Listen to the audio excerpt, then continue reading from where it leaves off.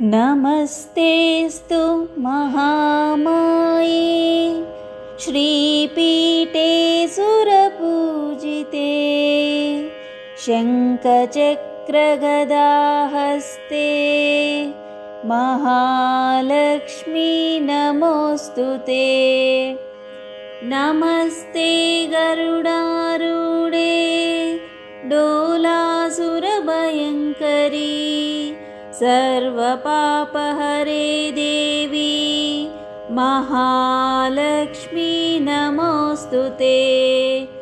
सर्वज्ञे सर्ववरदे सर्वदुष्टभयङ्करी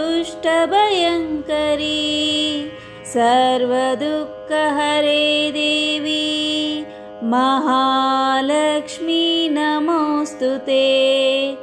सिद्धिबुद्धिप्रदे देवी भुक्तिमुक्तिप्रदायिनी मन्त्रमूर्ते सदा देवी महालक्ष्मी नमोऽस्तुते। आद्यन्तरहिते देवी आद्यशक्ति महेश्वरी योगज्ञे योगसम्भूते महालक्ष्मी नमोऽस्तुते। स्थूलसूक्ष्ममहारौद्रे महाशक्ति महोदरे महापापहरे देवी महालक्ष्मी नमोऽस्तुते। पद्मासनस्थिते देवी परब्रह्मस्वरूपिणी परमेशी जगन्माता महालक्ष्मी नमोऽस्तुते।